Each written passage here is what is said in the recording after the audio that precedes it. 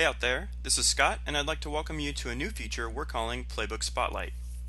In each Playbook Spotlight, we'll try to hone in on one key idea on either offense or defense, and try to do our best to understand both its form and purpose. This video will target one of Texas's, along with the vast majority of college football teams, core running concepts, inside zone. Most people are familiar with the term zone blocking and the idea that zone blocking is important, because it's a modern, versatile approach to blocking assignments. Beyond that, I think the offensive line tends to turn into a hazy fog for most football fans, even people who have been watching the game for decades. To the extent that I can, this is an attempt to try to demystify inside zone and hopefully extract some useful ideas without getting too bogged down in the details. There are dozens of plays in football that utilize inside zone techniques. In fact, the play is so adaptable that for some teams it is their only true running concept. We're only going to focus on the current Longhorns team and how they utilize inside zone. We're college football fans after all, who cares about what other schools are doing?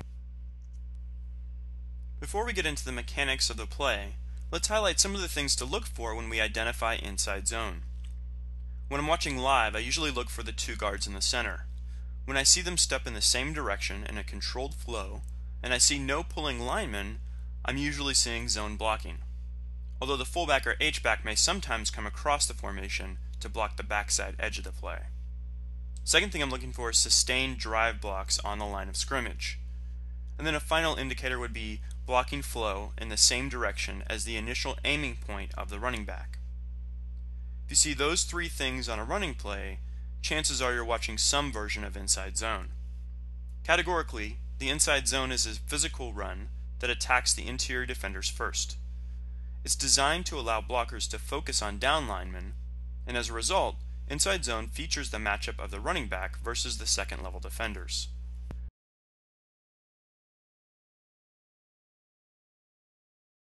Now what zone blocking really boils down to is a collection of combination calls and associated techniques for blockers. A combination is just a block that involves two or more adjacent blockers working together on the first level of the defense and then progressing to the second level. In most schemes, the play side blockers decide which combinations to use based on covered and uncovered principles, while the backside linemen secure the backside gaps and prevent defenders from shooting into the backfield. Generally, within inside zone, if a play side lineman is covered, he'll drive block the defender in front of him. If a play side lineman is uncovered, he'll combo with the adjacent play side lineman first to attack a first level defender and drive him vertically up the field as they work together toward a second level target. Now every team has a bunch of different names for all of the different zone combinations. I'm not going to try to delve into that here. At best I'd be speculating, and although knowing the terminology a team uses is sometimes fascinating, it rarely enhances our understanding of the strategic importance of a football concept. What is important to understand is that the zone combination calls give the offensive lineman a complete tool set that allows them to adapt to any alignment the defense can throw at them. It also gives the coaches and players the ability to adjust a play during a game to get the most out of their blocking matchups.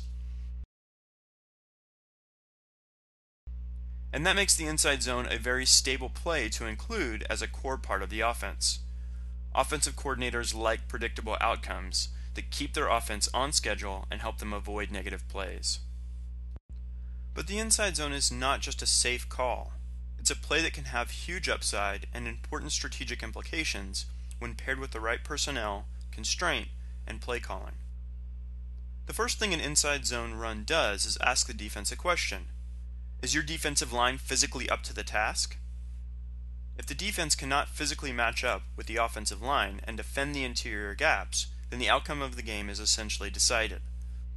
In the 2011 Kansas game, the Longhorns battered the Jayhawk defensive tackles throughout the game with inside zone. Notice the vertical displacement on this play, as the defensive tackles are actually being shoved into the second level of the defense. But losing the physical battle on the inside has always been a recipe for disaster in football.